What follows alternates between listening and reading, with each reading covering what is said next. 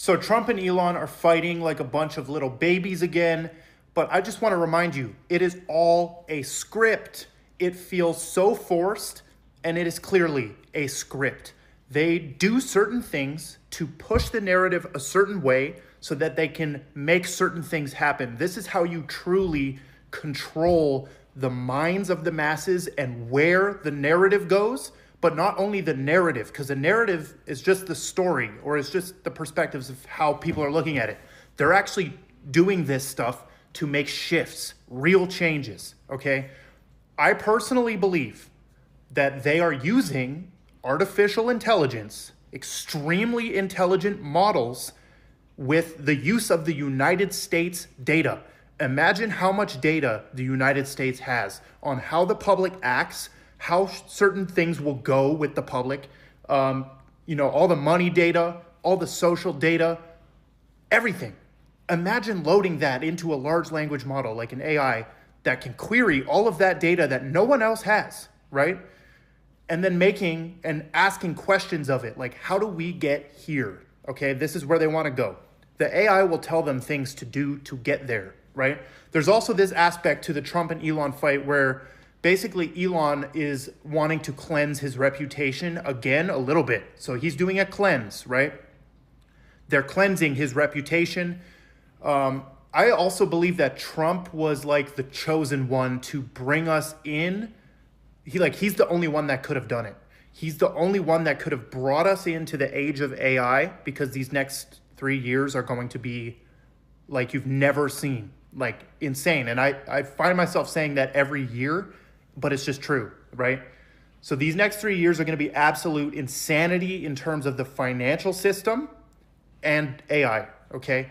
And like goods and services and like economic explosion, okay?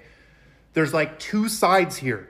There's the side that wants to convince you that we're going into financial hell, like everything will get very bad. Then there's the other side, which understands the productivity growth that will come from AI. And like you've got people on stage like Elon Musk saying that any good or service that you can ever imagine will be done for you and you can have it on command.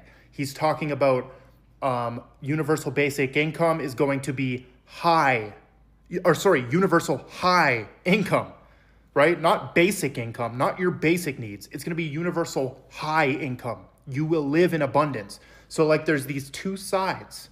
And I think the media side and the political side wants to convince you that it's going to be more of hell. But then there are the people who are studying AI who know that it's going to be heaven, okay? And it's a huge divide and it all comes back to who's willing to put in the work. It's the same thing, right? I used to think AI might enable this for everyone, but I don't think it will. That'll take longer. It could enable it for everyone. It should. Maybe not third world countries and stuff, but you still have to put in the effort, right? You still have to put in the effort to get this faster, basically. If you want this reality of pure abundance faster, you need to put in the effort. Ultimately, I think you're going to continue to see how much of just a puppet Trump is, right? There are certain things, he's just there to do this job. He's just the man they chose, over the other one. And that was my thinking too, right? We're literally from Canada, bro. We can't even vote in the United States election. But in that previous election where it was Kamala versus Trump, Megan and I were on Trump's side, right? And that's obvious. You're choosing the lesser of two evils, right? I just knew that Trump's the only one that would actually work for what's coming. Like, he's just the only one, right? And I don't like any of these guys. I don't like any politician. You're an idiot if you're a politician. Like, you're just an idiot, right? You're just playing in a game of stupidity. It's just dumb. It's not natural. It's really dumb. And my political stance is truth and common sense, right? Whatever gets people the most happiest, truly, helps people, builds convenience and productivity and abundance for everyone. That's it. Like, And you should make decisions in favor of that all the time. And I do agree with Elon on multiplanetary and actually trying to expand where humans can live. But yeah, all the little stuff in between, like this is the most I've ever paid attention to politics, and it's so not worth it, bro. It is so not worth it. I miss the days of 2020 where I would put up the middle finger to these politics. But that recent election really got me paying attention. And now I realize it's just not worth it. There's no savior, right? Trump is not the savior. Dude, I've been tweeting like crazy about this too, because it's just like, damn, you're about to see how puppet Trump really is, okay? You're about to see it.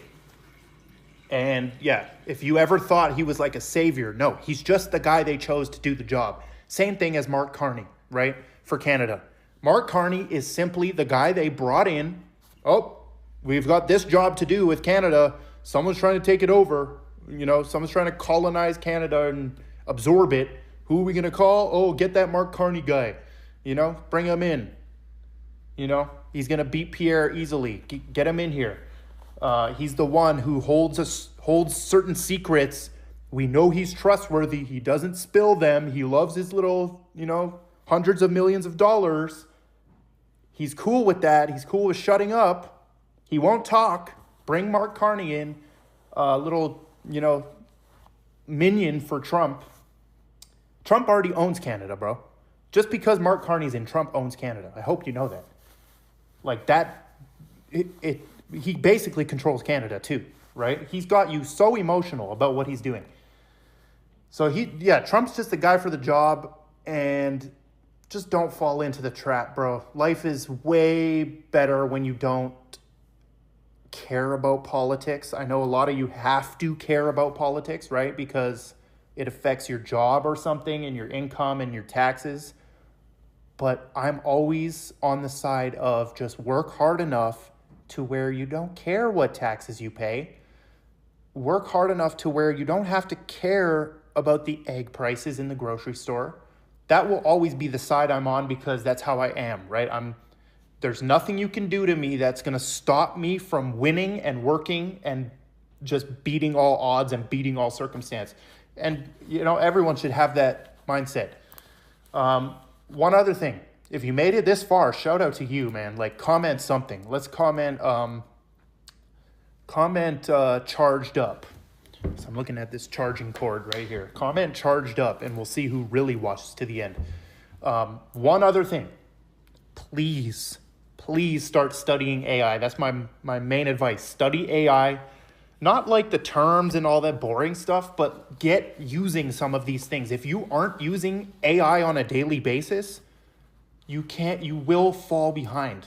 Like, for a certain period of time, like I said, there will be a gap, a huge gap, where part of society is extremely rich, extremely abundant. Certain miserable people will start hating them even more because they live life like a king, right? What AI is going to do is allow more people to live like kings and queens, where everything is on demand, and that's a dangerous society too, right? This is so complex. This whole thing is like just insane. Like, it truly is a new age, like a new era. But start getting on these. Get on GPT, get on Grok, start looking at the capabilities. Better yet, start building something apart from your job, right? My main thing has always been come home from work and work some more, bro, until it outbalances, right? It's going to outbalance your job. When I was working a regular job, I was coming home working more until my side hustle replaced my main hustle. But shout out to you if you watched all of this, bro.